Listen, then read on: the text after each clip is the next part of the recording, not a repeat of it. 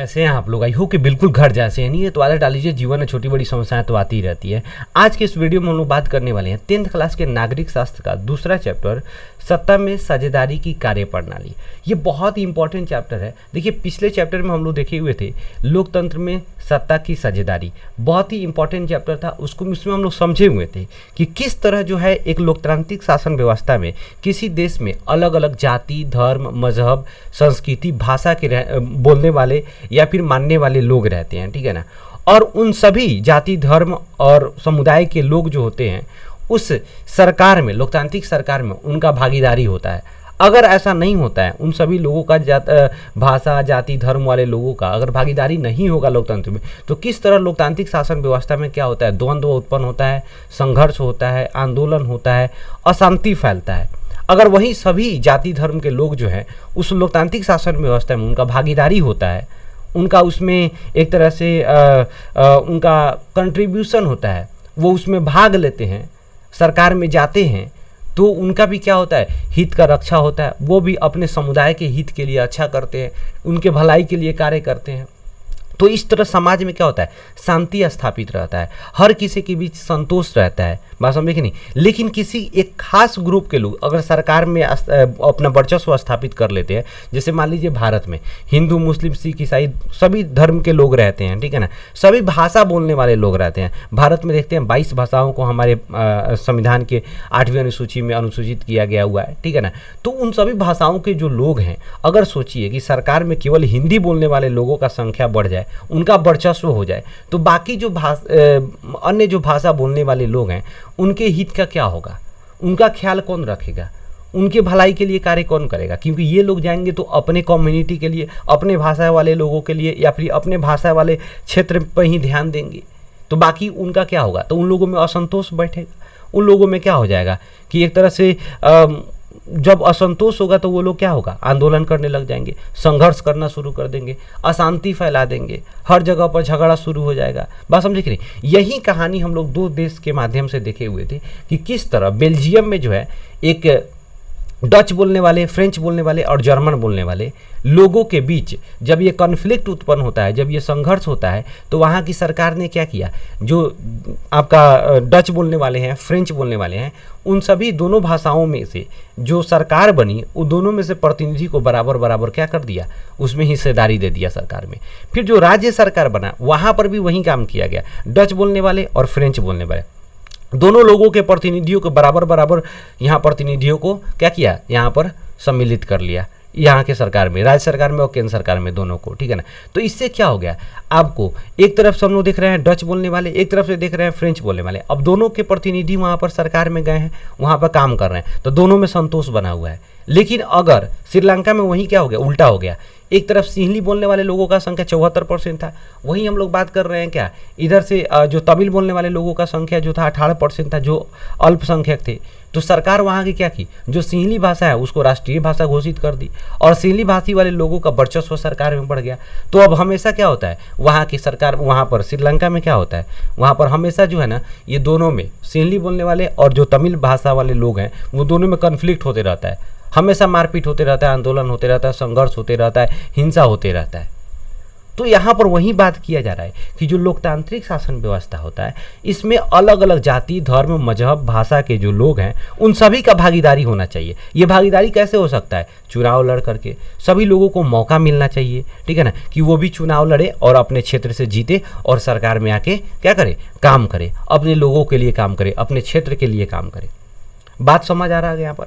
ये तो था सत्ता में, मतलब सत्ता में साझेदारी, ठीक है ना। अब देखिए, ये सत्ता में साझेदारी यानी सत्ता की साझेदारी। अब सत्ता था, सत्ता का मतलब पावर। देखिए, उस सरकार में आए लोग और सब कोई उसमें मिल के काम कर रहा है, उनके पास भी पावर मिला, वो भी काम कर रहे हैं अपने क्षेत्र के लिए, हमको भी पावर मिला, हम भी काम कर रहे हैं अपने क्षेत्र के लिए। लेकिन अब बात आया कि हम तो सत्ता की साझेदारी कर लिए, ठीक है, हम लोग सत्ता में भाग ले लिए, ठीक है ना। अब जो पावर है, जो कार्य प्रणाली है, वो कार्य प्रणाली कैसे होता है? कैसे वहाँ पर काम किया जाता है? कैसे जो है एक तरह से सरकार चलता है? सरकार में कैसे कार्य किया जाता है, ठीक है ना? इसका क्या सिस्टम है? इन्हीं सभी चीज़ों को इस चैप्टर में हम लोग पढ़ने वाले हैं और समझने वाले हैं कि सत्ता में साझेदारी की कार्यप्रणाली क्या होता है, ठीक है ना। तो एक एक चीज़ को हम लोग आराम से समझेंगे, मज़ा आएगा, बवाल मचाएंगे, ठीक है ना। और इससे रिलेटेड जितने भी ऑब्जेक्टिव क्वेश्चन है उसका हम लोग पोस्टमार्टम करें। चलिए बिना किसी समय गंवाए मिलकर मचाते हैं बवाल विद बहुत सारा सवाल। देखिए हम लोग पहले भी बात कर चुके थे, यहाँ पर जो सत्ता है, सत्ता का मतलब हम लोग देखे थे पावर। यहाँ पावर का मतलब कोई विशेष या फिर दैवीय शक्ति नहीं, यहाँ पर हम लोग देख रहे हैं अधिकार, विशेषाधिकार। यहाँ पर विशेष अधिकार की बात किया जा रहा है, एक विशेष अधिकार की बात किया जा रहा है, बस स्पेशल राइट की बात किया जा रहा है जो हमारे पास नहीं है, आपके पास नहीं है, किसी एक व्यक्ति के पास है, तो उसके लिए पावर बन जाता है, वो उसका अधिकार जो होता है उसके लिए पावर बन जाता है, ठीक है ना। हम लोग उसको पावर बोलने लग जाते हैं, ठीक है ना। अब मैं साझेदारी का मतलब तो नॉर्मल यहाँ पर समझ गए, यहाँ पर थोड़ा सा मैं बदल लेता हूँ। साझेदारी का मतलब तो यहाँ पर आप भाई साहब नॉर्मल समझ गए कि बंटवारा करना या फिर उसमें भागीदारी लेना है। तो आज के इस वीडियो में जो है ना, इस सत्ता के बंटवारा के बारे में बात करने वाले हैं। आप पिछले वीडियो में जो था उसमें सत्ता में भागीदारी की बात कर रहे थे। जो भारत में अलग अलग जाति धर्म के लोग रह रहे हैं वो सरकार में जा रहे हैं और अपने लिए काम कर रहे हैं, अपने भाषा बोलने वाले लोगों के लिए, अपने क्षेत्र के लिए, अपने धर्म के लोगों के लिए अच्छा से कार्य कर रहे हैं और रह रहे हैं, ठीक है ना। शांतिपूर्वक समाज में रह रहे हैं, ठीक है ना। सभी का यहाँ पे भलाई हो रहा है, हित हो रहा है, ठीक है ना। लेकिन वहां पर आज हम लोग जो पढ़ने वाले हैं इस चैप्टर में, इस वीडियो में, ये सत्ता का बंटवारा कि किस तरह यहाँ पर देखा जा रहा है कि अगर पूरा का पूरा पावर किसी एक ग्रुप में, किसी एक संस्था में रख दिया जाए, पूरा का पूरा अगर पावर को देखा जाए, पूरा अधिकार जो है किसी एक व्यक्ति में, एक संस्था में रख दिया जाए, तो वो क्या हो जाता है, वो निरंकुश हो जाता है, वो क्या हो जाता है, तानाशाही करने लग जाता है। तो वहाँ पर क्या हो जाएगा, वहाँ पर सही ढंग से कार्य नहीं होगा, लोगों के भलाई का कार्य नहीं होगा, उस पर नियंत्रण नहीं रखा जा सकता है। बात समझिए। अब मान लीजिए किसी एक ही व्यक्ति को पूरा का पूरा पावर दे दिया जाए तो वो क्या हो जाएगा, उसका वर्चस्व बढ़ जाएगा। बात समझे कि नहीं, वो निरंकुश हो जाएगा, उस पर कोई अंकुश लगाने वाला नहीं, उस पर कोई रोक टोक नहीं लगा सकता है। लेकिन वहीं पावर को क्या किया जाए, 2-3 लोगों में बांट दिया जाए तो क्या हो जाएगा कि पावर बांट दिया गया तो क्या होगा, वहाँ पर काम लिमिटेड होगा। बात समझे कि नहीं। और तीनों को एक दूसरे से बिल्कुल सेपरेट रखा जाए, किसी का ऊपर किसी का दबाव नहीं रहेगा, तो क्या होगा, वहाँ ज़्यादा संभावना होगा कि काम सही होगा, ठीक है ना। वहां पर क्या होगा, किसी का वर्चस्व स्थापित नहीं होगा, ठीक है ना। एक अगर कोई गलत करेगा तो दूसरा उसको बोलेगा, उसको संभालेगा, उसको कंट्रोल करेगा।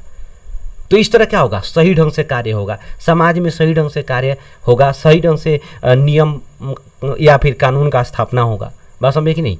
तो यही चीज़ हम आज के इस वीडियो में पढ़ने वाले हैं कि किस तरह सत्ता का साझेदारी हो रहा है, ठीक है ना, किस तरह सत्ता को बंटवारा हो रहा है, सत्ता का बंटवारा किया जा रहा है, ठीक है ना। तो इस वीडियो में देखेंगे सत्ता का जो साझेदारी है, सत्ता का जो बंटवारा है भाई साहब, इसमें पावर का जो बंटवारा है 2 तरह से होगा। बात समझे कि नहीं। ये 2 तरह कौन कौन सा है, इन दोनों तरीकों को देखेंगे कि किस तरह से सत्ता का बंटवारा होता है, एक एक करके हम लोग समझेंगे, समझे कि नहीं। देखिएगा यहाँ पर देखिए, सबसे पहले क्या होगा, सत्ता के साझेदारी का पहला जो तरीका होता है, पहला जो अगर हम लोग वे की बात करें, ठीक है ना, तो ये होता है भाई साहब आपका क्षैतिज सत्ता का साझेदारी का क्षैतिज विधि, ठीक है ना। क्षैतिज विधि में क्या होता है, जब क्या होगा कि सरकार में एक ही स्तर पर पावर को यानी सत्ता का विभाजन कर दिया जाता है तो उसे सत्ता का क्षैतिज विभाजन कहते हैं, ठीक है ना। सत्ता का क्षैतिज विभाजन, क्षैतिज का मतलब एक तरह से सीधा लाइन में। बात समझे कि नहीं। सीधा लाइन का मतलब यहाँ पर क्या होगा कि एक ही स्तर पर सत्ता को अलग अलग हाथों में दे दिया गया, अलग अलग संस्थाओं में बांट दिया गया। जैसे देखिए हमारे सरकार की बात करें तो हमारे सरकार का 3 अंग है। एक जो है भाई साहब विधायिका, ठीक है ना। एक जो है भाई साहब कार्यपालिका, एक है भाई साहब न्यायपालिका। बात समझे कि नहीं। देखिए हमारे देश में जो सरकार चलता है वो संविधान के आधार पर चलता है। किसके आधार पर, संविधान के आधार पर। जितने भी हमारे देश में सरकार में जो काम करने वाले अधिकारी है, कार्य करने वाले नेता हैं, सभी के पोस्ट के हिसाब से पावर का मतलब उसके अधिकार का क्या किया हुआ है, व्याख्या किया हुआ है कहाँ पे, संविधान में। और उसी के अनुसार उसको क्या करना है, शासन करना है, कार्य करना है। उससे बाहर कुछ भी नहीं कर सकता है, मतलब उसके पास अधिकार ही नहीं है कर सकता है। तो यानी हमारे देश में सबसे ऊपर कौन है, संविधान है। हमारे देश में किसका राज है, संविधान का राज है। बात समझे कि नहीं। संविधान से ऊपर कुछ नहीं है, यानी हमारा संविधान सबसे ऊपर है।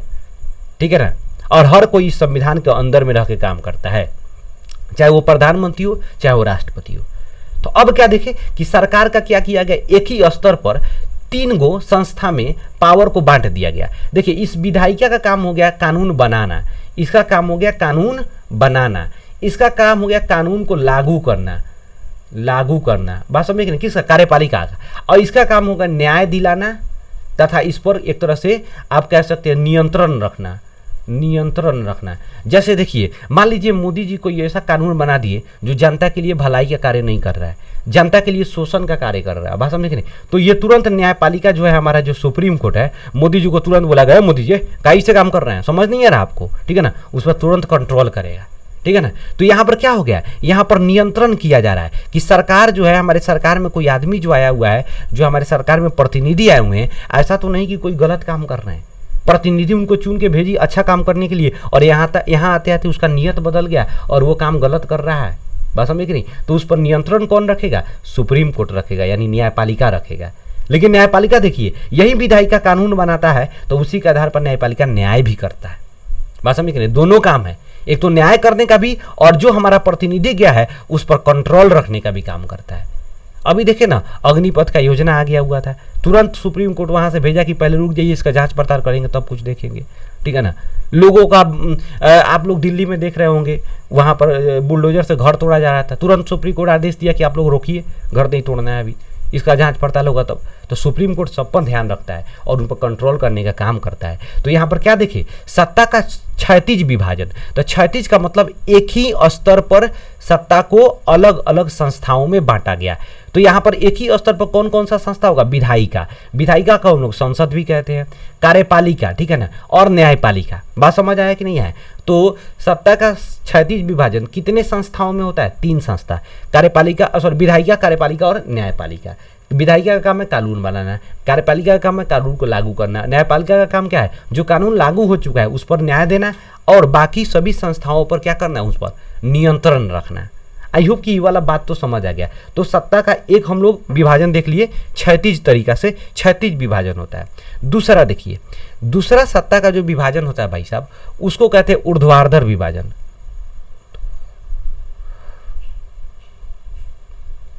ऊर्ध्वाधर सत्ता का क्या विभाजन, कैसा विभाजन, ऊर्ध्वाधर। ऊर्ध्वाधर का मतलब होता है क्या कि ये विभिन्न स्तर पर, बात समझे कि नहीं, एक ही स्तर पर नहीं, ये अलग अलग स्तर पर, अलग अलग स्तर बोले तो क्या कि सबसे ऊपर होगा, उसके नीचे होगा, उसके नीचे होगा। स्तर का तो मतलब यही होता है लेवल पे, अलग अलग लेवल पे, ठीक है ना। तो हमारे देश में क्या किया गया कि इस ऊर्ध्वाधर सत्ता का ऊर्ध्वाधर जो विभाजन किया गया वो 2 तरह से किया गया, मतलब 2 स्तर पर किया गया। एक केंद्र स्तर पर किया गया, कौन स्तर पर, केंद्र स्तर पर। एक क्या किया गया आपको, राज्य स्तर पर। एक जो है केंद्र स्तर पर किया गया, एक राज्य स्तर पर किया गया। यानी एक कुछ, जैसे मान लीजिए हमारा देश है, हमारे देश में बहुत सारे मुद्दा ऐसे हैं जिस पर कानून बनाना है। तो इसमें क्या किया गया, सरकार में, मतलब सरकार जो बना उसमें एक केंद्र स्तर का सरकार बनाया, एक राज्य स्तर का। देखिएगा चुनाव होता है 2 गो, एगो लोकसभा का चुनाव होता है और एगो विधानसभा का चुनाव होता है। तो विधानसभा का चुनाव होगा तो उसमें हम एमएलए का चुनाव करते हैं, यानी विधायक का, और वही विधायक में से क्या होता है, हमारा मुख्यमंत्री चुनाता है। लेकिन जब केंद्र सरकार का चुनाव होगा तो उसमें हम क्या करते हैं, एमपी का चुनाव करते हैं, यानी सांसद का चुनाव करते हैं, और वहीं सांसद में से क्या होता है, प्रधानमंत्री चुनाता है। बात समझे कि नहीं। तो हमारे पास देख रहे हैं 2 लेवल में सरकार हुआ, एक केंद्र सरकार, एक राज्य सरकार। बात समझे कि नहीं। केंद्र सरकार के पास अपना अधिकार होता है और अपना क्षेत्र होता है, उसमें वो कार्य करता है, उस पर वो कानून बनाता है, अपना कार्य करता है, ठीक है ना। राज्य सरकार का भी वही होता है, ठीक है ना, उसके पास भी अपना अपना अधिकार होता है, अपना मुद्दा होता है, उसी पर वो क्या करता है, कानून बनाता है और उस पर वो कार्य करता है। बात समझ आया। तो यहां पर क्या कर दिया गया, एक केंद्र में सरकार रखा गया, एक राज्य पर सरकार गया। इसको कहा गया ऊर्ध्वाधर, सत्ता का ऊर्ध्वाधर विभाजन। सत्ता का विभाजन 2 तरह से, एक हो गया आपका सत्ता का क्षैतिज विभाजन, एक हो गया ऊर्ध्वाधर विभाजन। क्षैतिज विभाजन में क्या किया गया, एक ही स्तर पर अलग अलग संस्थाओं में सत्ता को यानी पावर को बांट दिया गया, ठीक है ना। ऊर्ध्वाधर में क्या किया हुआ, अलग अलग स्तर पर, एक केंद्र में और एक राज्य में। बात समझे कि नहीं। केंद्र सरकार के पास पावर हो गया, राज्य सरकार के पास पावर हो गया। बात समझे कि नहीं। और उसमें क्या किया गया, उसमें किया गया जो मुद्दा है बांट दिया गया। मुद्दा क्या बांट दिया गया कि भाई साहब कुछ मुद्दा पर आप कानून बनाइए, कुछ मुद्दा पर राज्य सरकार बनाएगा, और कुछ मुद्दा ऐसे होंगे जो दोनों मिल के कानून बनाएगा। तो इस तरह जो मुद्दा है भारत में, जो विषय हैं, कानून बनाने वाले जो विषय हैं, उस विषय को, टोटल विषय को 3 भाग में बांट दिया गया। 3 भाग में। एक जो कहा गया भाई साहब संघ सूची, संघ सूची, ठीक है ना। एक को क्या कहा गया, संघ सूची।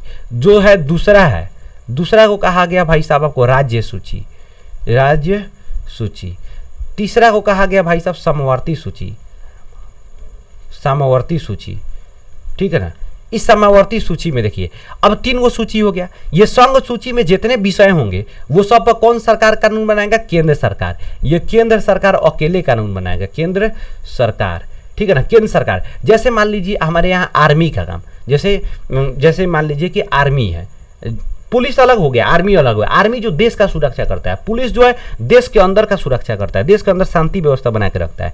तब पुलिस जो होता है ना भाई साहब, जो पुलिस होता है वो राज्य सूची में होता है। आर्मी जो होता है ना वो केंद्र सरकार का होता है, वो होता है भाई साहब संघ सूची में। देखिए अभी जस्ट आया 4 साल का कानून बनाया गया कि नहीं, कि उसमें जो भी सेना जाएंगे उनका 4 साल का नौकरी लगेगा। तो ये कौन बनाया, मोदी जी लगाए कि नहीं लगाए, राज्य सरकार थोड़े लगाया, मोदी जी लगाए। अब ये मोदी जी जो कानून लगाएंगे वो भारत के 28 राज्य और 6 केंद्र शासित प्रदेश सभी में लागू होगा।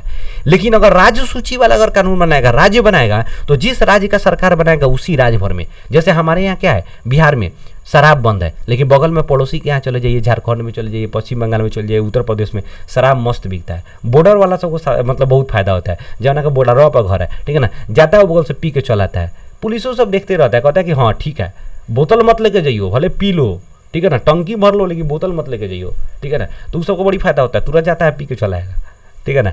अगर पुलिस से ज़्यादा होता बतिएगा तो मतलब वह सबको मतलब समझा देता है, सब जो शराब पिया हुआ है समझ नहीं आ रहा है, ठीक है ना। मतलब क्या है कि यहाँ पर शराब पीने के बाद ऐसे भी सारा दुनिया का मालिक बन जाता है आदमी, ठीक है ना। तो यहाँ पर समझ आ रहा है क्या कि संघ सूची में जो टोटल विषय होंगे उसका टोटल संख्या, ओरिजिनल संख्या 97 है। पूछेगा कि संघ सूची में टोटल संख्या कितना है, 97, ठीक है ना। राज्य सूची में कितना है, तो याद रखिएगा राज्य सूची में ओरिजिनल 66 है, लेकिन अभी वर्तमान में घट करके 61 हो गया है। यहाँ पर भी 97 है, ओरिजिनल 97 है, लेकिन यहाँ पर बढ़ करके 100 हो गया हुआ है, 100, कहीं कहीं आपको 98 भी देखेगा, ठीक है ना। तो आपको उतना नहीं देखना है, ओरिजिनल 97 मारना है, ओरिजिनल 66 मारना है, और समवर्ती सूची में 47 मारना है ओरिजिनल, जबकि अभी 52 हो चुका है, लेकिन ओरिजिनल नंबर 47 है। बात समझ आया कि नहीं आया। तो क्वेश्चन पूछेगा कि भारत में कानून बनाने वाले विषयों को कितने सूची में बांटा गया है, टोटल विषयों को कितने सूची में बांटा गया है, तो 3 भागों में बांटा गया। एक को कहा गया संघ सूची, जिस पर केवल केंद्र सरकार यानी जो है भारत सरकार कानून बनाएगा, ठीक है ना, वो पूरे भारत में लागू हो जाएगा। दूसरा राज्य सरकार, जिस पर क्या होगा, उसमें केवल उसी राज्य का सरकार, मतलब राज्य सरकार का अधिकार होगा, केवल राज्य सरकार उस पर कानून बनाएगा। जैसे पुलिस का हो गया, उसमें शिक्षा का हो गया, कृषि का हो गया, ठीक है ना, या फिर आप उसमें बात कर दीजिए स्वास्थ्य का हो गया, तो ये सब राज्य के अंतर्गत होता है। लेकिन वही बात करिए आर्मी का हो गया, संचार सेवा का हो गया, उसके बाद आप बात करिए कि विदेश नीति का हो गया, ये सब क्या है, केंद्र सरकार का। अब जैसे मान लीजिए मोदी जी क्या होते हैं, वो बाहर जाते हैं, विदेश में जाते हैं, विदेश में जाकर के घूम के आते हैं, सब जगह दौरा करके आते हैं। कभी ऐसा सुने हैं कि हमारे यहाँ के मुख्यमंत्री गए हैं विदेश में और वहाँ से देश के लिए कुछ साइन करके आए? नहीं, क्योंकि विदेश नीति केंद्र सरकार के पास होता है। वही मोदी जी पूरा विदेश घूमते रहते हैं, ठीक है ना। यहाँ पर नीतीश कुमार को सुने हो गया हैं, नीतीश कुमार होता ही नहीं है तो कहाँ से जाएंगे विदेश नीति, विदेश नीति तो केंद्र सरकार का होता है, ठीक है ना। तो यही बात है। समवर्ती सूची में वैसा सूची जो दोनों मिल करके वहाँ पर काम करता है, ठीक है ना, उसको समवर्ती सूची कहा जाता है। बात समझ आया कि नहीं। तो समवर्ती सूची में 47 विषय। ये टोटल भाई साहब आप लोग देख लिए कि सत्ता का क्या किया गया, यहाँ पर विभाजन कर दिया गया। तो सत्ता का विभाजन क्यों किया गया, क्योंकि सरकार में नियंत्रण बना कर रखा जा सके, सही ढंग से कार्य करने के लिए, सरकार में निरंकुशता नहीं बढ़े, सरकार का एक तरह से तानाशाही नहीं बढ़े। बात समझे कि नहीं, जनता के भलाई के लिए कार्य किया जा सके, सही ढंग से कार्य किया जा सके, सही दिशा में कार्य किया जा सके। बात समझ आ गया होगा, आई होप कि इतना बिल्कुल कोई दिक्कत नहीं है। अब हम लोग इसके आधारित जितने भी क्वेश्चंस हैं भाई साहब, उन सभी क्वेश्चंस को हम लोग क्या करेंगे, पढ़ेंगे और देखेंगे, समझेंगे। उसमें देखेंगे कि किस तरह जो है ना राज्य सरकार के अंतर्गत भी दिया गया कि नहीं, राज्य सरकार तो बना दिया गया, लेकिन लोकल लेवल पर, स्थानीय लेवल पर वहाँ का विकास कैसे होगा, वहाँ का विकास सही ढंग से करने के लिए वहाँ के लोगों को भी राजनीति में लाना होगा। इसलिए स्थानीय स्वशासन व्यवस्था का, जिसे हम लोग कहते हैं पंचायती राज सिस्टम, पंचायती राज व्यवस्था का शुरुआत किया गया। ठीक है ना, इसका भी हम लोग अध्ययन करेंगे, इसका भी हम लोग एक एक करके समझेंगे। जैसे जैसे हमारा ऑब्जेक्टिव आएगा वैसे वैसे हम लोग देखते चलेंगे। ठीक है ना, तो चलिए सबसे पहले हम लोग एक एक ऑब्जेक्टिव का पोस्टमार्टम करते हैं और बवाल मचाते हैं।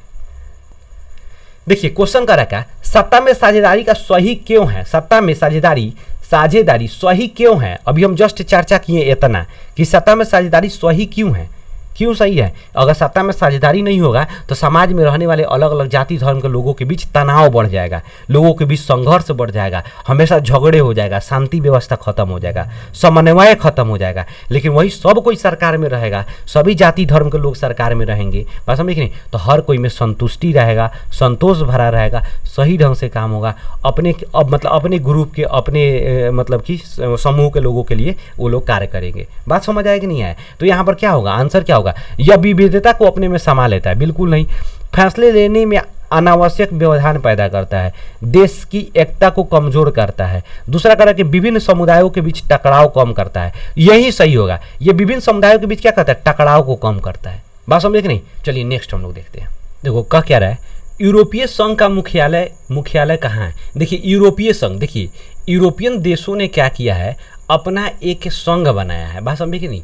यूरोपियन देशों ने, ये यूरोपियन सर बड़ा होशियार है, ये साला अपना देश वाला क्या किया है, एक संघ बना लिया है। ये अपने में व्यापार करता है, सब एगो मुद्रा यूरो रखा हुआ है सब। बात समझे कि नहीं? अपने में व्यापार करता है, सब टैक्स कम लेता है, सब कुछ अपने में कर लेता है, सब मिलजुल के अपना इकोनॉमी को बढ़िया करने के लिए। ठीक है ना, और ये सब अपना एक संघ बनाया है, और उस संघ का जो मुख्यालय है, हेड क्वार्टर जो है भाई साहब, वो जो है भाई साहब आपका ब्राजील का राजधानी ब्रुसेल्स में है। इसके पहले वाला चैप्टर में हम लोग ब्राजील की कहानी पढ़े हुए थे, वही ब्राजील का राजधानी ब्रुसेल्स में है। बात समझ आया? हम लोग नेक्स्ट चलते हैं। अब पेरिस किसका राजधानी है? पेरिस राजधानी किसका है भाई साहब? फ्रांस का राजधानी है। लंदन भाई साहब इंग्लैंड, यूके। रोम किसका? इटली का। नेक्स्ट क्वेश्चन का रहेगा, जा नेक्स्ट क्वेश्चन इसमें नहीं, दूसरा होगा। गठबंधन सरकार की पकड़ प्रशासन पर होती है। कह रहा है कि गठबंधन का जो सरकार होता है, जैसे मान लीजिए कि कभी कभी क्या होता है कि जब सरकार बनता है, उसको सरकार बनाने के लिए, अगर एक पार्टी को सरकार बनाने के लिए बहुमत मतलब कि सीट हासिल करना होता है, बहुमत प्राप्त करना पड़ता है। जैसे मान लीजिए अगर आपको 200 का पूरा सीट 200 है, जैसे मान लीजिए लोकसभा में 545 है ना, 545 है, इस 545 में से कम आपको 273 लाना होगा, तो अब 546 हो जाएगा। इसको दुगुना कीजिएगा तो यानी इसका आधा क्या हो जाएगा? 572, 72 हुए, 72 मानिए, 72 73 हो गया, तो उसको एक अधिक, आधा से एक अधिक होना चाहिए। अगर मान लीजिए 200 सीट है तो इसका बहुमत का मतलब हो गया 100, इसका आधा हुआ, आप +1 कर दीजिए, कम से कम 101 अगर सीट आया तो आप अकेले सरकार बना सकते हैं। अगर भाई साहब बहुमत का सीट नहीं है, ठीक है ना, तो वहाँ गठबंधन सरकार बनाइएगा।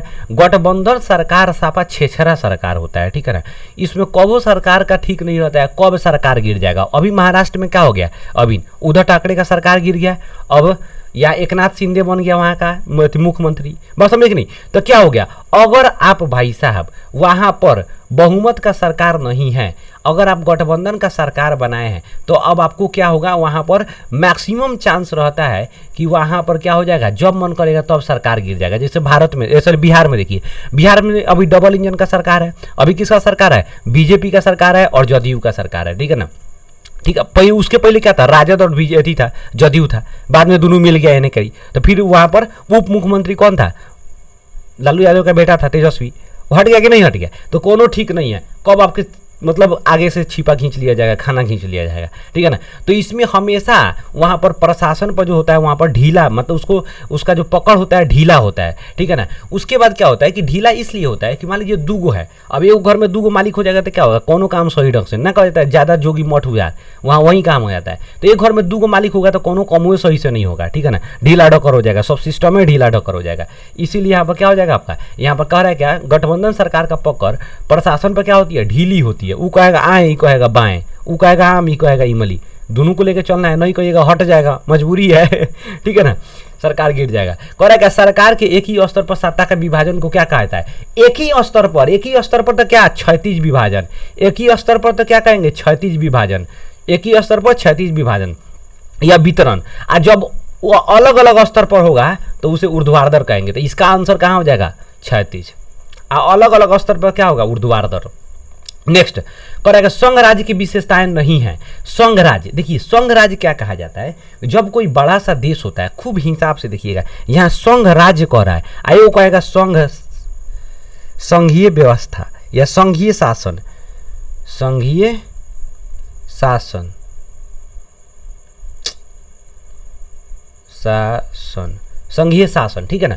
तो संघीय शासन और संघीय राज्य यानी संघ राज्य या संघ शासन का व्यवस्था दोनों अलग अलग है। जब कोई बड़ा सा देश जो होता है ना, कोई बड़ा, जैसे अपना देश भारत, और भारत क्या किया कि शासन का सही ढंग से चलाने मतलब शासन को सही ढंग से चलाने के लिए क्या किया गया, पूरे भारत को छोटे छोटे राज्यों में विभाजित किया गया ताकि सही ढंग से शासन चलाया जा सके, सही ढंग से काम किया जा सके, ठीक है ना, आसानी के लिए। और उसके बाद क्या किया गया, विषयों को, कानून बनाने वाले विषयों को बांट दिया गया, केंद्र सरकार के लिए, राज्य सरकार के लिए, और एक कुछ ऐसे विषय थे जो दोनों राय विचार से करेगा, बात समझे कि नहीं। तो जब कोई बड़ा सा क्षेत्र जो होता है ना, वो छोटे छोटे क्षेत्रों में विभाजित, डिवीजन में डिवाइड कर देता है, राज्य में भी या प्रांत में विभाजित कर देता है, और उसको कुछ अधिकार दे देता है ताकि वो अपना काम करे सही ढंग से, मतलब अपने राज्य का देखभाल करे, तो उसे कहेंगे संघीय व्यवस्था, संघीय शासन व्यवस्था। क्या कहेंगे, संघीय शासन व्यवस्था, संघीय शासन व्यवस्था।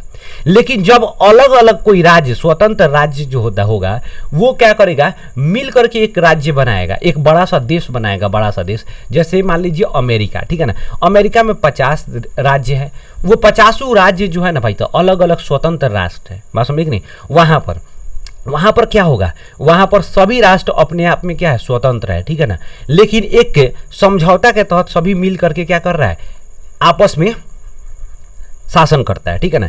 तो उसे कहेंगे हम लोग संघ राज्य का उदाहरण, बात समझे कि नहीं, संघ राज्य का उदाहरण। ध्यान देना है, यहाँ पर संघ राज्य और संघीय शासन दोनों लगभग सेम है, लेकिन यहाँ पर भी दोनों, मतलब राज्य सरकार भी होता है, केंद्र सरकार भी होता है, लेकिन इसमें क्या होगा कि एक अंतर क्या होता है कि संघीय शासन मतलब संघ राज्य में जो भाई साहब राज्य होता है ना, वो राज्य केंद्र सरकार से अधिक शक्तिशाली होता है, लेकिन संघीय शासन में क्या होता है कि जो राज्य होता है वो केंद्र सरकार से अधिक शक्तिशाली नहीं होता है, यहाँ केंद्र सरकार अधिक शक्तिशाली होता है। जैसे भारत संघीय शासन व्यवस्था का उदाहरण है, तो भारत में केंद्र सरकार क्या है, राज्य सरकार से ज्यादा शक्तिशाली है, लेकिन अमेरिका में क्या है, उसका जो 50 को राज्य है ना, वही ज्यादा शक्तिशाली है केंद्र सरकार से, बात समझे। तो यहाँ पर क्वेश्चन क्या करें कि संघ राज्य की विशेषताएं क्या है, तो दोनों का विशेषता लगभग क्या होगा, दोहरी शासन व्यवस्था होता है, लिखित संविधान होता है, बात समझे कि नहीं, शक्तियों का विभाजन होता है, उसमें भी न्यायपालिका होता है, एकहरी शासन व्यवस्था नहीं होता है, ठीक है ना।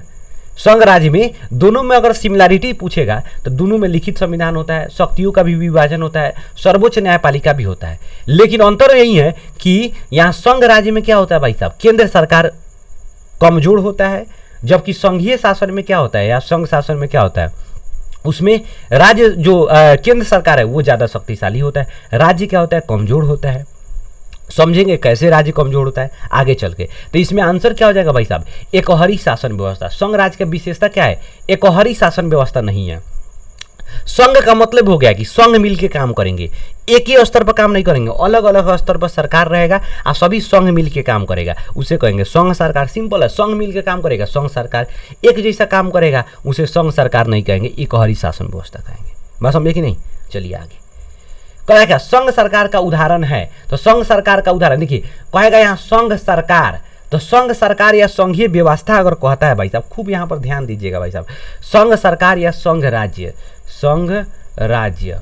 तो यहाँ पर देखिए अमेरिका, यहाँ उदाहरण क्या है, अमेरिका उदाहरण है संघ राज्य का या संघ सरकार का। बात समझे कि नहीं, क्या है भाई साहब, अमेरिका। इसके साथ साथ एक और उदाहरण आता है आपको, स्विट्जरलैंड, स्विट्जरलैंड, ठीक है ना। एक और आता है ऑस्ट्रेलिया, ऑस्ट्रेलिया। बात समझे कि नहीं, तो अमेरिका, स्विट्जरलैंड, ऑस्ट्रेलिया, ये संघ राज्य या संघ सरकार का उदाहरण है। बात समझे कि नहीं। वही कहेगा भारत, स्पेन और बेल्जियम, ये तीनों क्या है, संघीय शासन व्यवस्था का उदाहरण है। संघीय शासन व्यवस्था में क्या होता है, केंद्र सरकार ज्यादा शक्तिशाली होता है, संघ राज्य में क्या होता है, राज्य सरकार ज्यादा शक्तिशाली होता है, ठीक है ना। हमारे यहाँ क्या है, केंद्र सरकार ज्यादा शक्तिशाली है। क्यों, क्योंकि हम लोग क्या है, हम लोग संघीय शासन व्यवस्था में रहते हैं। बात समझे कि नहीं। संघीय शासन व्यवस्था में बड़ा सा देश छोटे छोटे राज्यों में विभाजित किया जाता है, संघीय राज्य में क्या, संघ राज्य में क्या होता है या संघ सरकार में क्या होता है भाई साहब, मतलब वहाँ पर एक छोटा छोटा देश जो होता है मिल करके एक बड़ा सा डिवीजन का निर्माण करता है, देश का निर्माण करता है। बात समझ आया कि नहीं आया। नेक्स्ट क्वेश्चन कह रहा है निम्नलिखित में से कौन सा देश का संविधान अलिखित है। तो अलिखित जो भाई साहब बहुत ही फेमस है वो ब्रिटेन है, याद रखिएगा, ब्रिटेन का संविधान अलिखित है। संविधान दो तरह का होता है, लिखित संविधान, अलिखित संविधान। जब किसी विशेष समय में कुछ लोगों के द्वारा, बात समझे कि नहीं, अपने परिस्थिति के हिसाब से कानूनों का संग्रह तैयार किया जाता है, उसे हम लोग क्या कहते हैं, उसे हम लोग लिखित संविधान कहेंगे। लेकिन जब पारंपरिक तरीके से पुराने समय से चले आ रहे परंपराओं को एक कानून का रूप दे दिया जाता है, ठीक है ना, तो उसे हम लोग कहते हैं अलिखित संविधान, जो ब्रिटेन में है। हमारे यहाँ क्या है भाई साहब, इंडिया में क्या है, लिखित है। बात समझे कि ना, अमेरिका में क्या है, लिखित है। सबसे बड़ा संविधान है लिखित संविधान वर्ल्ड का, वो भारत का है। सबसे छोटा लिखित संविधान क्या है, अमेरिका का है। दुनिया में सबसे पहले लिखित संविधान कहाँ लागू हुआ था, अमेरिका में लागू हुआ था। कब लागू हुआ था, तो 1789 ईस्वी में। बात समझे कि नहीं, ध्यान रखना है, यहाँ पर दिमाग चलाना है। चलिए आगे नेक्स्ट क्वेश्चन का रखा है, ब्रिटेन एक राज्य है। तो ब्रिटेन क्या है, संघात्मक नहीं है भाई साहब, ब्रिटेन एकात्मक राज्य है। बात समझ रहे, हम इसलिए एकात्मक कह रहे हैं भाई साहब क्योंकि यहाँ पर एक ही केवल क्या होता है, केंद्र सरकार होता है, केंद्र सरकार होगा। अब बाकी जितने भी वहाँ के अंदर का जो छोटा छोटा डिवीजन होगा वो केंद्र सरकार के अंदर में रह के काम करेगा, जो इसे केंद्र सरकार कहेगा वैसे कार्य करेगा। लेकिन हमारे यहाँ क्या है, राज्य सरकार का अलग अधिकार होता है। राज्य सरकार का अगर कोई विषय है, उस पर कानून बनाता है राज्य सरकार, तो उस पर केंद्र सरकार हस्तक्षेप नहीं करेगा। राज्य सरकार का अलग विषय है जो 66 को है, केंद्र सरकार का अलग विषय है जो 97 को है, तो किसी का कोई भी हस्तक्षेप नहीं करेगा।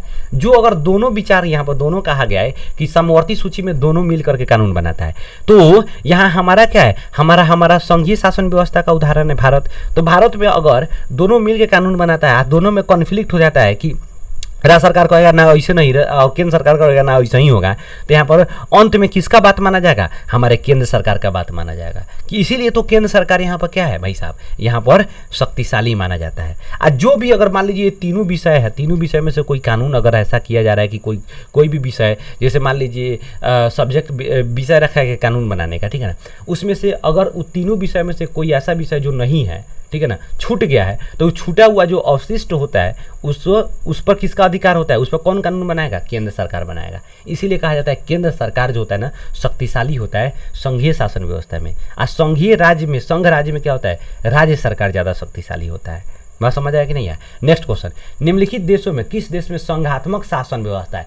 संघात्मक शासन व्यवस्था, खूब ध्यान से दीजिएगा, संघात्मक शासन व्यवस्था जब भी कहेगा नहीं है, यहाँ बाप रे बाप, यहाँ पर नहीं कह रहा है, ठीक है ना, तो जब भी नहीं कहेगा, संघात्मक शासन व्यवस्था अगर नहीं कहेगा, तो फ्रांस में नहीं है, बस भारत में भी है, स्विट्जरलैंड में भी है, बेल्जियम में भी है, ठीक है ना। नेक्स्ट क्वेश्चन कह रहा है कि भारत में संविधान सभा का गठन कब हुआ था, 1946, 6 दिसंबर 1946 में भारत में संविधान सभा का गठन हुआ। इसका प्रथम बैठक आएगा तो 9 दिसंबर 1946 को हुआ था। किसकी अध्यक्षता में, तो डॉक्टर सच्चिदानंद सिन्हा के अध्यक्षता में हुआ था, जो प्रथम अस्थायी अध्यक्ष बने थे। और दूसरी का बैठक 11 दिसंबर 1946 को हुआ था, जो अस्थायी अध्यक्ष बनाया गया डॉक्टर राजेंद्र प्रसाद को। नेक्स्ट क्वेश्चन कह रहा है क्या, यार छूट गया, इनमें से किस राज्य को विशेष राज्य का दर्जा प्राप्त है। विशेष राज्य का दर्जा उत्तराखंड को प्राप्त है। नेक्स्ट क्वेश्चन कहेगा क्या, अवशिष्ट अधिकार किसके पास। देखिए वही बात कर रहे थे अवशिष्ट का। अवशिष्ट का मतलब होता है, जैसे हम बताया ना कि भारत में कानून बनाना है, मान लीजिए कि मतलब अलग अलग विषय पर कानून बनाना है। जैसे मान लीजिए कि आप शिक्षा पर कानून बनाना चाहते हैं, आप देश के सुरक्षा पर कानून बनाना चाहते हैं, जेल के लिए कानून बनाना चाहते हैं, स्वास्थ्य के लिए स्वास्थ्य के लिए आप कानून बनाना चाहते हैं, तो ये जो है ना, इस पर कानून कौन बनाएगा, किस किस मुद्दा पर कौन कौन कानून बनाएगा, क्योंकि राज्य सरकार भी है, केंद्र सरकार भी है। अगर ऐसा हमारे संविधान में क्लियर नहीं किया रहेगा तो क्या हो जाएगा, हमेशा कॉन्फ्लिक्ट होगा, ये कहेगा इस पर हम बनाएंगे, इस पर हम बनाएंगे। तो इसीलिए संविधान जो लिखा ना, वो बड़ा होशियारी किया भाई साहब। वो क्या किया, विषय बांट दिया। बात समझे कि नहीं, कि भैया तुम्हारा काम रहा है, जैसे घर में काम बांट देते हैं, बात समझे कि नहीं, मम्मी का काम रहेगा घर का काम कर देने के लिए, छोटा भाई का काम रहेगा भाई तू टाइम पर सब्जी लिया देना, पापा का काम रहेगा आटा पिसवा के लिया देना, बाहर का काम कर देना, ठीक है ना, ये सब काम करना। काम बांट दिया जाएगा तो क्या होगा, काम सही ढंग से शांतिपूर्वक हो जाएगा। काम नहीं बांट रहा, कहेगा ना तू करो, वो कहेगा ना तू कर, ये कहेगा वो कर। गड़बड़ हो जाता है। इसीलिए संविधान निर्माता ने क्या किया भाई साहब कि ये पूरा जितना भी विषय है जिस पर कानून बनाना है 3 गो लिस्ट बनाया, तीनों लिस्ट में रख दिया कि भाई साहब केंद्र सरकार वाला संघ सूची में जितने विषय है उस पर केंद्र सरकार बनाएगा, राज्य सूची में जितने विषय है उस पर राज्य सरकार बनाएगा, समावर्ती सूची में जितने विषय हैं समान मात्रा में यानी दोनों का राय विचार से क्या होगा, दोनों मिल करके कानून बनाएगा। लेकिन अगर उसमें झोंझ हो जाता है, उसमें कोई झोल हो जाता है, राज्य सरकार कहेगा ना ऐसे नहीं, केंद्र सरकार कहेगा ऐसे, तो यहाँ बात किसका माना जाएगा, केंद्र सरकार का। इसीलिए तो केंद्र सरकार हमारे यहाँ क्या है, शक्तिशाली है।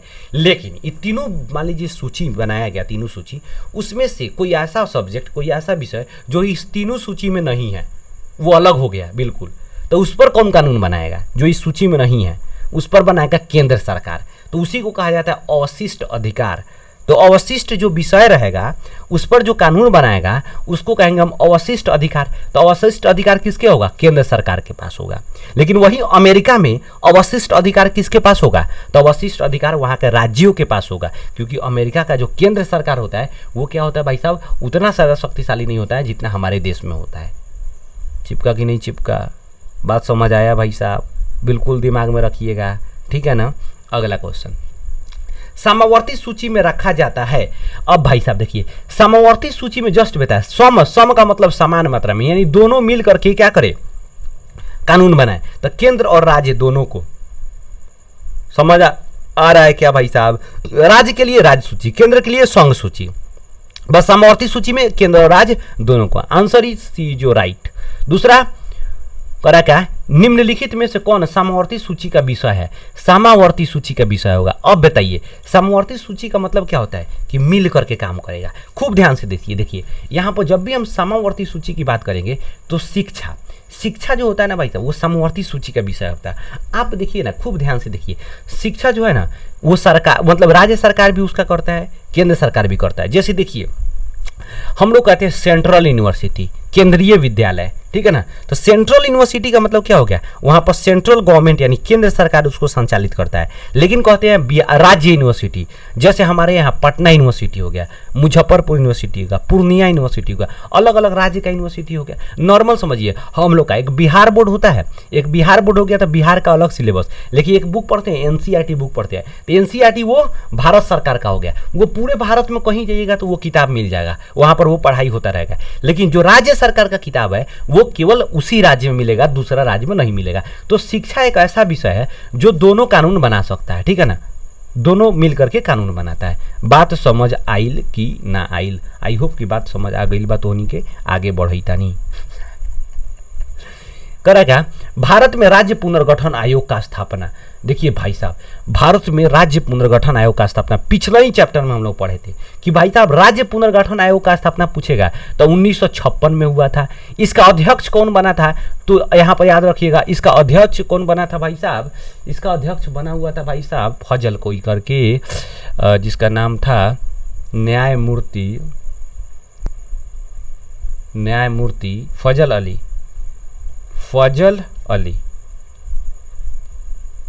न्यायमूर्ति फजल अली के अध्यक्षता में किया गया था। तो पूछेगा राज्य पुनर्गठन आयोग का अध्यक्ष कौन था, तो फजल अली। मतलब देख रही, ठीक है ना। कब किया गया इसका अध्यक्षता राज्य पुनर्गठन आयोग का, तो 1956 में। राज्य पुनर्गठन आयोग का काम क्या था, तो भाषा के आधार पर राज्यों का निर्माण करना। प्रथम बार में कितने राज्य बनाया गया, तो 14 राज्य और 6 गो केंद्र शासित प्रदेश। वर्तमान में कितना राज्य है, तो 14 दूना 28 कर लीजिए, 28 गो राज्य है, आए में 2 बढ़ा लीजिए, ठीक है ना। तो कितना हो जाएगा इसमें भाई साहब, यहाँ 14 दूना 28, यहाँ पर यहाँ दुगुना कर लीजिए, यहाँ में 2 बढ़ा लीजिए 8, तो कितना हो गया बात है। पहले कितना था भाई साहब, पहले इसका आधा था, ठीक है ना, यानी 14 था, इसमें से 2 घटा लिए, ठीक है ना। तो यहाँ पर क्या कर लिए भाई साहब, यहाँ पर 6 था। तो पहली बार में कितने राज्य 14, कितने देश सॉरी केंद्र शासित प्रदेश 6, वर्तमान में कितने राज्य 28, कितने केंद्र शासित प्रदेश 8। आगे बढ़ते हैं। भारत का राष्ट्रीय पक्षी क्या है, ये राष्ट्रीय पक्षी भाई साहब ये हम नहीं बताएंगे, तुम लोग कमेंट करो, ठीक है ना यार। अगला क्वेश्चन, भारत में संघ राज्य एवं राज्यों के बीच अधिकारों का विभाजन कितनी सूचियों में किया गया। अभी जस्ट तो बात की कि भारत में जो है ना संघ एवं राज्यों के बीच अधिकारों का विभाजन, अधिकार का मतलब क्या, कानून बनाने का अधिकार, जो किस किस विषय पर कौन कानून बनाएगा, कितने रूप में बांटा गया, कितने सूची में बांटा गया, 3 गो।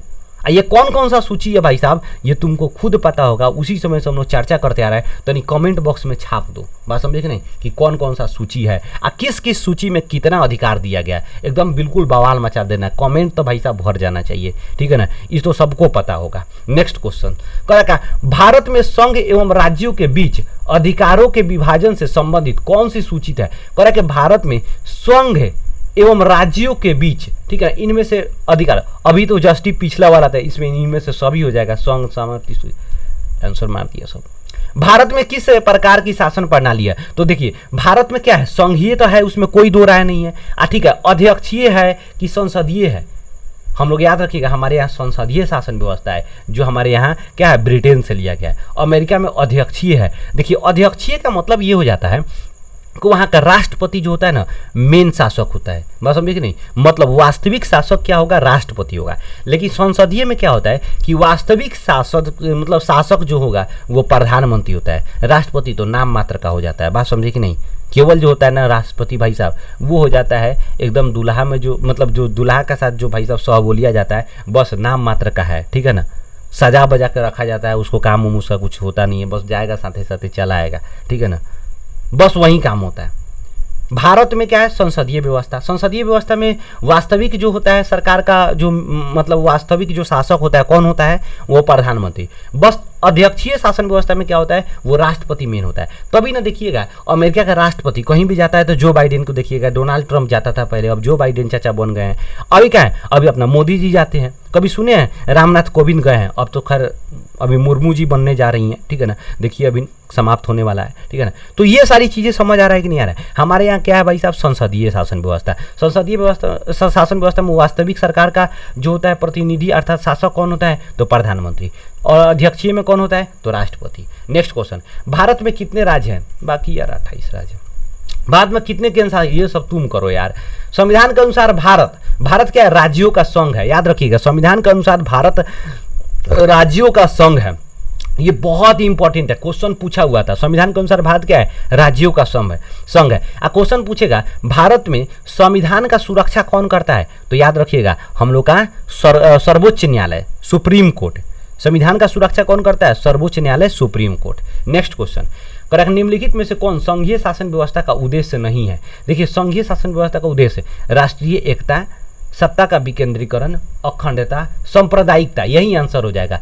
किसी भी सरकार का उद्देश्य सांप्रदायिकता नहीं होता है और संघीय शासन व्यवस्था का तो बिल्कुल नहीं हो सकता है। संघीय शासन व्यवस्था का मतलब ही होता है कि उसमें हम क्या करें, संघ मिल के सरकार बनाए, जितने भी जाति धर्म के लोग हैं सभी लोग मिल के सरकार चलाए, ठीक है ना। ऐसा नहीं है कि किसी एक ही धर्म के लोग, एक ही जाति के लोग क्या कर रहे हैं, सरकार बना मतलब चला रहे हैं, बाकी लोग मुंह टाक रहे हैं, ठीक है ना, और देश में बवाल मचाए हुए हैं, ठीक है ना, नहीं। तो सांप्रदायिकता इसका मुख्य उद्देश्य नहीं होता है, बात समझिए कि नहीं।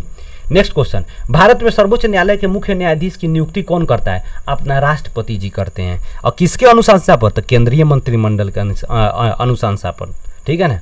दूसरा क्वेश्चन, भारतीय संविधान के संघ सूची में कुल कितने विषय रखे गए हैं, ये तो हम शुरू में बताए हैं, ठीक है ना। इसका हम लोग बिल्कुल यहाँ देखो, यहाँ क्वेश्चन नंबर प्लस आपको क्या करना है, यहाँ पर क्वेश्चन नंबर में क्या करना है, आपको आंसर टाइप करना है, इसका आंसर आप बताइए भाई साहब, ठीक है ना। नेक्स्ट क्वेश्चन, सोवियत संघ का विघटन कब हुआ। देखिए सोवियत संघ का विघटन 1991 ईस्वी में हुआ था, 15 को देश में हुआ था, Estonia, Latvia, Lithuania, Belarus, Ukraine, Moldova, Turkmenistan, Uzbekistan, Kazakhstan, Kyrgyzstan, Tajikistan, Armenia, Azerbaijan, Georgia, रूस, ये टोटल 15 को देश में हुआ था भाई साहब, आप लोग गिन लीजिएगा, ठीक है ना। नेक्स्ट क्वेश्चन करा क्या, भारत में मतदाता होने की न्यूनतम आयु कितना है, तो 18 वर्ष। हमारे यहाँ क्या है, 18 वर्ष को जब आपका आयु हो जाएगा तो आप जाकर के वोट डालिएगा, बात समझिए कि नहीं। आप माने आप ऐसा हो जाएगा कि आप समझदार हो गए भाई साहब अब, ठीक है ना। आजकल के लड़का सब 18 वर्ष के पहले ही समझदार हो जाता है, ठीक है ना। झारखंड राज्य का गठन कब हुआ था, तो देखिए झारखंड राज्य का 15 नवंबर 2000 ईस्वी को हुआ था, याद रखना हमेशा। झारखंड राज्य का गठन कब हुआ था, 15 नवंबर 2000 ईस्वी को। किस राज्य से अलग हुआ था, तो बिहार राज्य से अलग हुआ था, बात समझे कि नहीं। 2000 ईस्वी में भाई साहब उत्तराखंड का भी निर्माण हुआ था। कहाँ से हुआ था भाई साहब, याद रखिएगा, ये आपको उत्तर प्रदेश से अलग होकर के। छत्तीसगढ़ का निर्माण हुआ था, ये हुआ था भाई साहब आपका इसका क्या नाम था आपका, मध्य प्रदेश से अलग होकर के छत्तीसगढ़ हुआ था। लेकिन आगे पढ़िएगा, तेलंगाना अलग हुआ था, आंध्र प्रदेश से 2014 में अलग हुआ था, ठीक है ना। नेक्स्ट क्वेश्चन, निम्नलिखित में से कौन सा केंद्र शासित प्रदेश है। केंद्र शासित प्रदेश कौन सा होगा, चंडीगढ़ है। टोटल केंद्र शासित प्रदेश कितने हैं भाई साहब? 8 केंद्र शासित प्रदेश हैं। इसमें से कौन राज्य की विशेषता नहीं है? राज्य की विशेषता नहीं, देखिए राज्य कहने का मतलब क्या है कि यहाँ पर हम जिस जगह पे रह रहे हैं, ठीक है ना, उसका एक सरकार हो, किसी न किसी अपने जमीन पर वो बना हुआ है। एक तरह से राज्य होने के लिए 4 चीज बहुत ज्यादा इंपॉर्टेंट हो जाता है। वो कौन कौन सा? एक तो आपको जमीन चाहिए, जिसे हम लोग टेरिटरी कहते हैं, तो जमीन हो जाएगा। उस जमीन पर रहने के लिए लोग चाहिए, लोग को सही ढंग से संचालित करने के लिए, लोगों में समन्वय बना के रखने के लिए, उस चलाने के लिए सही ढंग से सरकार चाहिए। अब वो सरकार क्या होना चाहिए? उसके पास संप्रभुता होना चाहिए, मतलब सरकार जो है ना अपना डिसीजन खुद लेने के लिए स्वतंत्र हो, ठीक है ना, उस पर बाहरी या फिर आंतरिक कोई दबाव नहीं हो। बात समझ आया कि नहीं आया? तो क्या करें, इनमें से विशेषता नहीं है, तो इनमें से कौन राज्य की विशेषता नहीं है? जनसंख्या, सरकार, संप्रभुता, इनमें से कोई नहीं। यहाँ पर इनमें से कोई नहीं होगा भाई साहब। यहाँ पर आंसर क्या हो जाएगा? D number. बाकी सब राज्य की विशेषता है, इसमें से डी नंबर नहीं होगा, इसमें से कोई नहीं होगा। यहाँ तक जमीनों रहना चाहिए, ठीक है ना। नेक्स्ट क्वेश्चन कहा भारत में संविधान के 8वीं सूची के अनुसार भाषा को मान्यता प्राप्त है। क्या भारत में जो है ना 8वीं अनुसूची में टोटल जो है ना 22 भाषाओं को मान्यता प्राप्त किया गया है। मतलब भाई ये टोटल जो 22 भाषा है उसको अनुसूचित भाषा भी कहा जाता है, ठीक है ना। किस अनुसूची में? तो 8वीं अनुसूची में। देखिए 22 भाषा कौन कौन सा है, आराम से समझिएगा, समझ आ जाएगा। देखिए कश्मीरी, सिंधी, पंजाबी, गुजराती, मराठी, कन्नड़, तमिल, तेलुगु, मलयालम, आसामी, उड़िया, हिंदी, उर्दू, संस्कृत, बोडो, डोगरी, मैथिली, संथाली, उसके बाद कोंकणी, नेपाली और मणिपुरी। ये टोटल जो है भाई साहब आपका 22 भाषा है। आपको यहाँ पर क्या करना है, इसी 22 भाषा को हमारे संविधान में मान्यता दिया गया हुआ है। याद रखिएगा किस भाषा को हमारे संविधान में मान्यता नहीं दिया गया हुआ है, तो अंग्रेजी को नहीं दिया गया है। क्वेश्चन पूछेगा तो वहाँ पर अंग्रेजी मारिएगा। कहेगा किस विदेशी भाषा को हमारे संविधान में मान्यता दिया गया है, तो वहाँ नेपाली रहेगा, नेपाली मारिएगा। देखिए नेपाल से हमारा रिश्ता कितना बढ़िया है, ठीक है ना, कि वहाँ के भाषा को हम लोग संविधान में रखे हुए हैं। यहाँ तक कि वहाँ का 12वीं क्लास के सर्टिफिकेट को भी भारत में मान्यता देना शुरू कर दिया गया है, ठीक है ना। आज छोटा ये आज नेपाल क्या करता है, चाइना के पक्ष में रहता है, चाइना के पीछे पीछे घूमते रहता है, सांप गधा है सब। एगो तो चाइना को बर्बाद कर दिया, यहाँ पर श्रीलंका को तो बर्बाद कर दिया। अब एक बाद अमेरिका का, सॉरी इसका नाम है पाकिस्तान का बारी है, उसके बाद नेपाल होगा, धीरे धीरे करके अफगानिस्तान, सब पर छाएगा वो, ठीक है ना, छापेगा। समझ ही नहीं आता है सबको, गधा देश है, नालायक देश है सब, ठीक है ना। तो यहाँ पर क्या हो जाएगा आपका आंसर 22। नेक्स्ट क्वेश्चन, भारतीय संविधान में किस अनुसूची में भाषाओं को रखा गया? अभी जस्ट बात किए, इसका आंसर खुद आप समझ जाइए।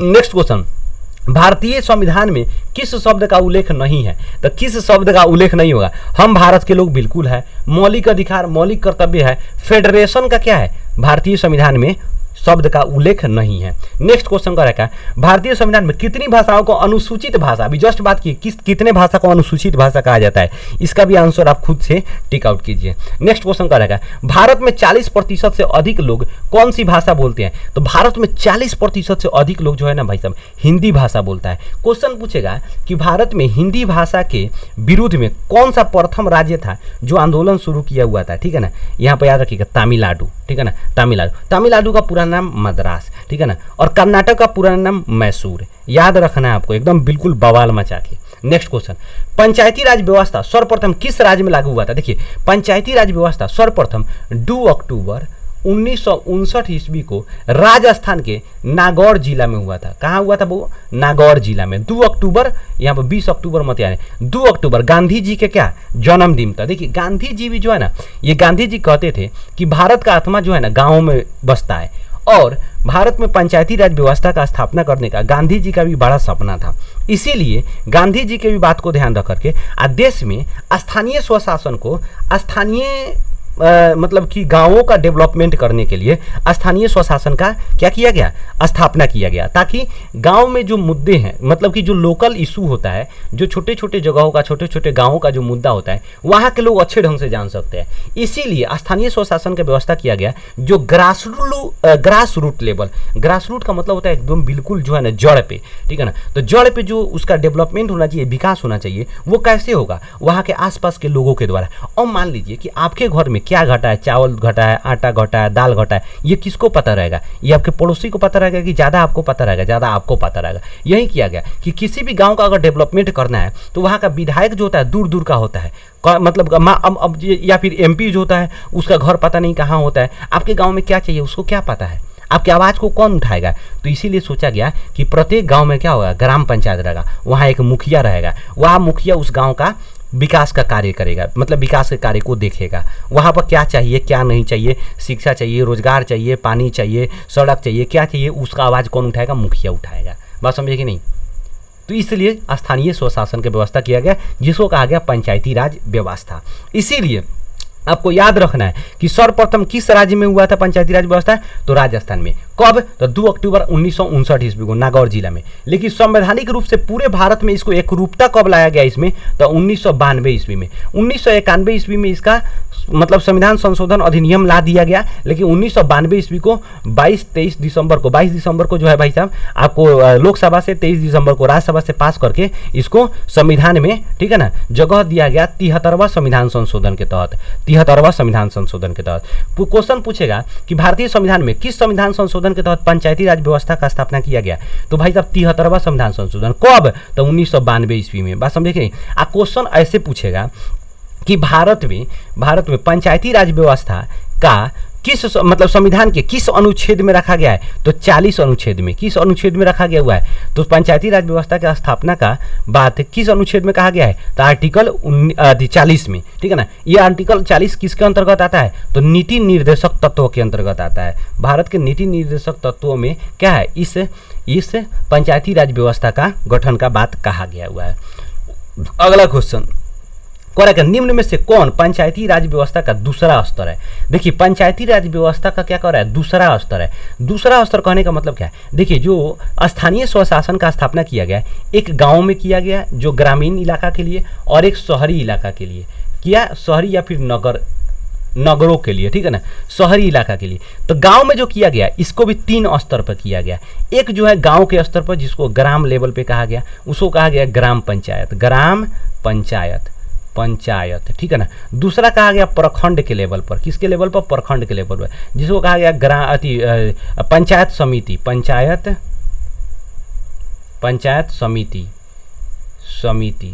समिति। दूसरा कहा गया जिला स्तर पर, जिला के स्तर पर भाई साहब, जिसको कहा गया जिला परिषद। देखिए बड़ी ध्यान से समझिएगा, हम अभी गांव के लेवल की बात करें। गांव में क्या होता है कि यहाँ पर 3 स्तर पर सरकार, स्थानीय स्वशासन व्यवस्था यानी स्थानीय सरकार का यहाँ पर गठन होता है। एक गांव के लेवल पे होता है जिसको ग्राम पंचायत कहते हैं। इसका जो गठन होता है 7000 आबादी पे होता है। राज्य सरकार के अनुसार क्या होता है? 7000 आबादी पर एक ग्राम पंचायत होता है, और उस ग्राम पंचायत में 500 के आबादी पर क्या किया जाता है? ये वार्ड रखा जाता है। जैसे आपको गांव में वार्ड होगा, ward number 1, ward number 2, ward number 3, ठीक है ना। तो उस वार्ड नंबर होता है 500, एक नंबर से आबादी की बात किया जाए तो 500 आबादी पर रखा जाता है। टोटल आपके गाँव में अधिकतम वार्ड का संख्या 16 से 17 हो सकता है, ठीक है ना। अधिकतम वार्डों का संख्या, ठीक है ना, वार्ड का संख्या ध्यान रखना है। ग्राम पंचायत का जो प्रधान होता है उसको मुखिया कहा जाता है। ग्राम पंचायत का प्रधान कौन होता है? मुखिया होता है, हमेशा ध्यान रखना है। वहीं कहेगा पंचायत समिति का प्रधान कौन होता है? तो प्रमुख होता है। लेकिन वहीं कहेगा जिला परिषद का प्रधान कौन होता है भाई साहब? तो उसे कहते हैं हम लोग भाई साहब अध्यक्ष। जिला परिषद का प्रधान अध्यक्ष। जिला परिषद का चुनाव यानी जिला परिषद का गठन कितने जनसंख्या पे होता है, कितने आबादी पे होता है? तो 50,000। वही कहेगा पंचायत समिति का जो गठन होता है, चुनाव जो होता है, कितने आबादी पर होता है भाई साहब? तो हमेशा याद रखिएगा भाई साहब 5,000 पंचायत समिति। लेकिन कहेगा ग्राम पंचायत, बहुत ही इंपॉर्टेंट, हमेशा क्वेश्चन पूछता है भाई साहब कि ग्राम पंचायत का गठन कितने आबादी पर होता है? तो 7,000। ग्राम पंचायत 7,000, पंचायत समिति 5,000, जिला परिषद 50,000। अब आगे चलते हैं हम लोग शहरी नगर, मतलब कि यहाँ पर शहरी क्षेत्र में। तो शहरी क्षेत्र में भी 3 स्तर पर किया गया। शहरी क्षेत्र में कितने स्तर पर किया गया? 3 स्तर पर कहा गया, ठीक है ना। एक को कहा गया नगर पंचायत, दूसरा कहा गया नगर परिषद, तीसरा का कहा गया नगर निगम, एक को कहा गया नगर पंचायत, एक को कहा गया नगर निगम, एक को कहा गया भाई साहब ये तो भाई साहब नगर परिषद। निगम तो तीसरा नंबर सबसे बड़ा लेवल का होता है। दूसरा नंबर होता है नगर परिषद भाई साहब, परिषद। देखिए नगर पंचायत का जो गठन होता है वो आप याद रखिएगा, हमेशा याद रखिएगा 10,000 से 25,000 की जनसंख्या के बीच में होता है, ठीक है ना। इसका जो होता है 40,000 से ऊपर के जनसंख्या वाले क्षेत्र में होता है, मतलब वो ऐसा शहर जहाँ पर उसकी जनसंख्या 40,000 से ऊपर हो गया, वहाँ नगर परिषद का क्या होता है 40,000 से ऊपर होता है। और नगर निगम सबसे बड़का होता है, ठीक है ना। नगर निगम का स्थापना बड़का शहर का, जैसे पटना हो गया, गया हो गया, भागलपुर हो गया, मुजफ्फरपुर हो गया, ये सब बड़ा बड़ा शहर है, ठीक है ना। बड़ा बड़ा शहर में जो होता है नगर निगम होता है। वैसा शहर जिसका जनसंख्या 3 लाख से ऊपर चला गया है उसे कहेंगे हम लोग नगर निगम, ठीक है ना। वहाँ नगर निगम बनता है, ठीक है ना। तो नगर निगम का जो अध्यक्ष होगा उसे कहते हैं हम लोग मेयर या महापौर। नगर परिषद का जो होता है भाई साहब, हमेशा याद रखिएगा अध्यक्ष या उपाध्यक्ष, अध्यक्ष और उपाध्यक्ष दोनों होता है, बस समझ नहीं। और यहाँ पर देखिएगा नगर पंचायत का भी जो अध्यक्ष होता है, मतलब कि जो मेन प्रमुख जो होता है उसे अध्यक्ष कहा जाता है। दिमाग रखना है आपको हमेशा, ठीक है ना। नगर निगम का जनसंख्या जो होता है मतलब नगर निगम का 3 लाख से ऊपर, और नगर परिषद ये दूसरा लेवल का होता है, इसको कहते हैं हम लोग 40,000 से बस समझिए कि ऊपर वाले जनसंख्या में, ठीक है। कोई दिक्कत यहाँ पर नहीं है, आगे हम लोग बढ़े, बिल्कुल कोई दिक्कत नहीं है। चलिए ग्राम पंचायत की अध्यक्षता कौन करता है? तो देखिए ग्राम पंचायत में अगर पूछेगा अध्यक्षता कौन करेगा, तो ग्राम पंचायत का अध्यक्ष हमेशा याद रखिएगा प्रमुख करता है। और ग्राम पंचायत का जो होता है प्रधान कौन होता है? तो मुखिया। ग्राम पंचायत का प्रधान मुखिया, लेकिन ग्राम पंचायत में अध्यक्षता कौन करेगा? तो वहाँ प्रमुख करता है। बात समझे कि नहीं? आगे चलती है, नेक्स्ट क्वेश्चन क्या करेंगे। बिहार में पंचायती राज संस्था है तो 1 स्तरीय, 2 स्तरीय, 3 स्तरीय, अभी ना देखे 3 स्तर पर ग्राम पंचायत, पंचायत समिति, जिला परिषद। एक शहर में क्या देखेंगे? नगर पंचायत, नगर परिषद, नगर निगम, ठीक है ना। तो 3 स्तर पर हुआ कि नहीं स्तर पर हुआ। कहेगा किस समिति के द्वारा ये हुआ था? तो याद रखिएगा बलवंत राय मेहता समिति के द्वारा ये गठित हुआ था, ठीक है ना। बलवंत राय मेहता समिति के द्वारा, ठीक है। नेक्स्ट क्वेश्चन 39 तो हो गया, अब 40 करा क्या? बिहार पंचायत राज अधिनियम के अनुसार ग्राम पंचायत की स्थापना के लिए आबादी, देखिए ग्राम पंचायत पूछ रहा है, ग्राम पंचायत, बात समझिए नहीं। तो ग्राम पंचायत कितना? 7,000, लेकिन वही कहेगा पंचायत समिति तो 5,000, बात समझिए कि नहीं। लेकिन वही कहता नगर परिषद, जिला परिषद ना गाँव में होता है, तो उसका कितना हो जाएगा? 50,000 रुपये हो जाएगा। क्या समझे? समझ आ गया होगा, आगे बढ़ते हैं। दूसरा कह रहा है पंचायती राज की शुरुआत कब हुई थी? तो याद रखना है 1952, 1956, 1955, 1949, इसको 1959 बना लीजिए भाई साहब, गलती हो गया होगा, 1959 कर रहा है। पंचायत सचिव किस संस्था का सचिव होता है? देखिए पंचायत सचिव जो होता है भाई साहब वो ग्राम पंचायत का सचिव होता है, बात समझे कि नहीं। याद रखिएगा ग्राम पंचायत का अध्यक्ष मुखिया, ग्राम पंचायत का जो पंचायत सचिव होता है उसे हम लोग ग्राम पंचायत का सचिव कहते हैं, याद हमेशा रखना है, ठीक है ना। ग्राम पंचायत किस में विभक्त होता है? तो वार्ड में विभक्त होता है। वार्ड का जो होता है एक तरह से चुनाव कितने आबादी पे होता है? तो 500 के आबादी पे होता है, ठीक है ना। आगे ग्राम पंचायत का बजट कौन पास करता है? देखिए ग्राम पंचायत का जो बजट है भाई साहब ग्राम सभा पास करता है। कहेगा कि ग्राम पंचायत का जो है ना कितने अंग है? तो ग्राम पंचायत के टोटल अंग भाई साहब 4 है। कितने अंग है? 4 है। कौन कौन सा होगा आप याद रखिएगा। एक तो होगा आपका ग्राम सभा, दूसरा होगा आपका मुखिया, तीसरा होगा आपका जो है ग्राम मतलब कि सुरक्षा दल, ग्राम सुरक्षा, या फिर उसे कहते हैं ग्राम मतलब ग्राम सुरक्षा दल हो जाता है। और एक होता है भाई साहब ग्राम कचहरी, ठीक है ना। एक होता है ग्राम कचहरी। टोटल कितने आपका जो एक तरह से संस्था अंग हो गए ग्राम पंचायत का? तो 4 अंग हो गया। एक ग्राम सभा, दूसरा भाई साहब आप देख लेंगे मुखिया, तीसरा क्या होगा? ग्राम रक्षा दल, ठीक है ना।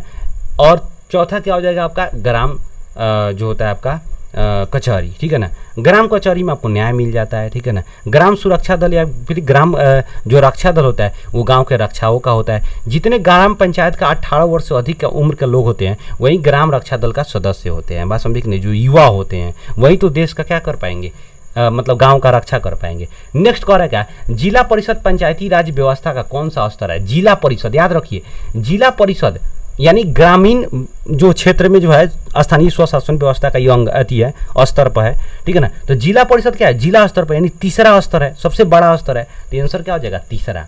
कहेगा दूसरा तो पंचायत समिति, कहेगा पहला तो क्या होगा वहाँ पर? ग्राम पंचायत। कहेगा स्थानीय स्वशासन व्यवस्था का सबसे जो है निचला स्तर का सरकार, मतलब कि निचला स्तर का जो है ना एक तरह से संस्था कौन सा है? तो ग्राम पंचायत। ठीक है ना। और सबसे ऊपर में कौन सा होगा, तो सबसे ऊपर में क्या हो जाएगा आपका, शहर का बात करेगा तो नगर निगम, ग्राम का मतलब कि ग्रामीण इलाका का बात करेगा तो जिला परिषद हो जाएगा, ठीक है ना। नेक्स्ट क्वेश्चन करें क्या, सरपंच अधिकतम कितने रुपए तक के मामलों का सुनवाई कर सकता है, 10,000 रुपया। सरपंच का अधिकार किसी भी वही ऐसा मामला जिसका 10,000 से अधिक है तो वो सरकार उसका वैल्यू या फिर किसी तरह का कोई ऐसा मामला जो बड़ा सा मामला है, जो किसी बड़ा जमीन का मामला है, ठीक है ना, उसको सरपंच नहीं हल करेगा।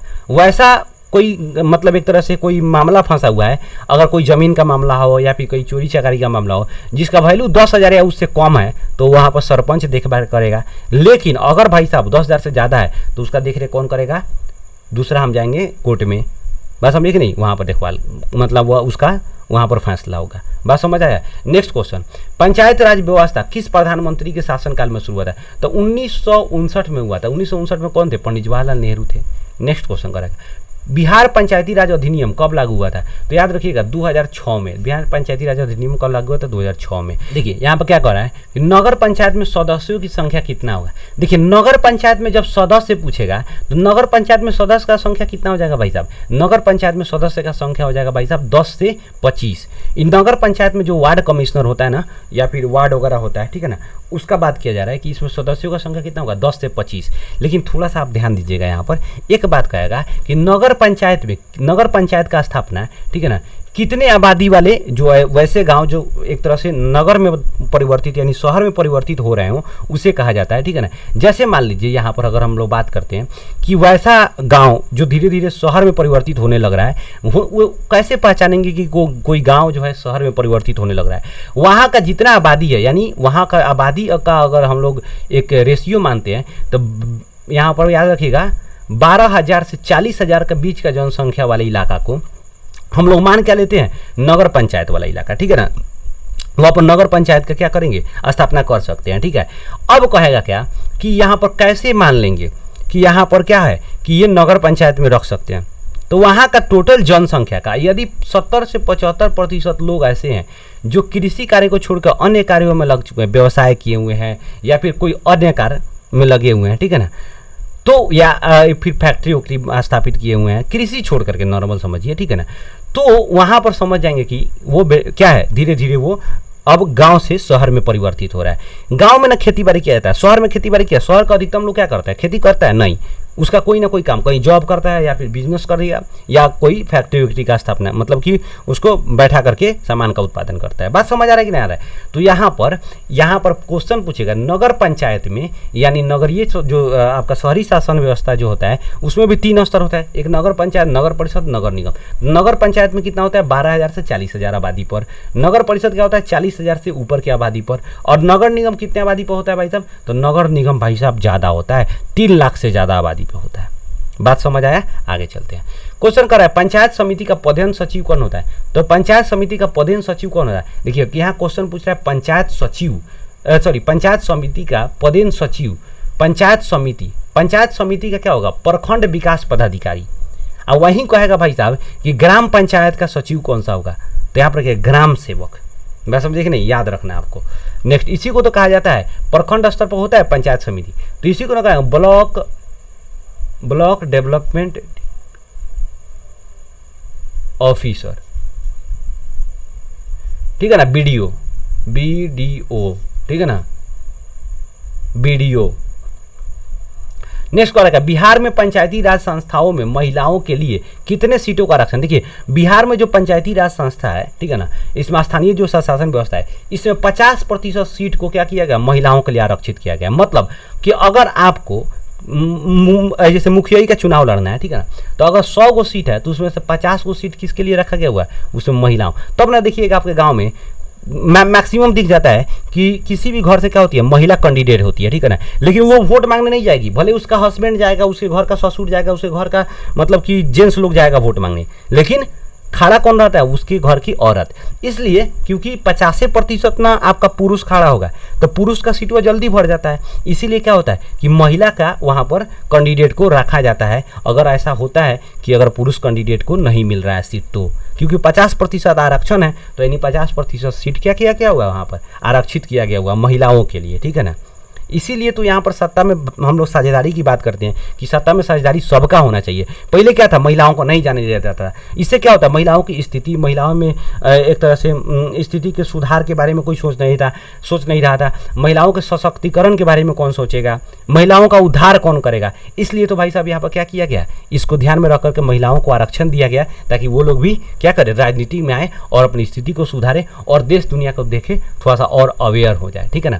तो देखिए भाई साहब, आज ये 50 वीडियो है, 42-43 वीडियो और बाकी रह जाएगा, जिसका दूसरा वीडियो में हम ला देंगे। वीडियो लंबा हो रहा है। ठीक है ना। तो यहीं पर हम लोग स्टॉप कर रहे हैं। ठीक है ना। वीडियो अच्छा लगा हो तो लाइक करो, नहीं अच्छा लगा हो डिसलाइक करो, चैनल को कंपल्सरी सब्सक्राइब करो। जितना भी इंपॉर्टेंट भाई साहब वीडियो होगा, जितने इंपॉर्टेंट आपका चैप्टर से रिलेटेड क्वेश्चन होगा, सब मेरे वीडियो में आपको मिलेगा, एक एक करके सब आ जाएगा। ठीक है ना। टेंशन नहीं लेना। देखिए, वीडियो को अपने दोस्तों के पास शेयर करो जो भी 10th क्लास में पढ़ रहे हैं, इससे हेल्प हो जाएगा भाई का। ठीक है ना। और थोड़ा सा वीडियो को सब्सक्राइब करवाएं यार दूसरों से भी। ठीक है ना। जो भी तुम पढ़ने वाले होंगे उनसे, ये सब मोह माया है भाई साहब। ठीक है ना। ये सब लास्ट में कहना पड़ता है, क्या कीजिएगा भाई साहब। ठीक है ना। मन करे तो कीजिए, नहीं मन करे तो भाई साहब टाटा बाय बाय, कोई दिक्कत नहीं, आराम से बस पढ़िए। ठीक है ना। बस आज के लिए इतना ही, मिलते हैं नेक्स्ट वीडियो में, तब तक के लिए जय हिंद।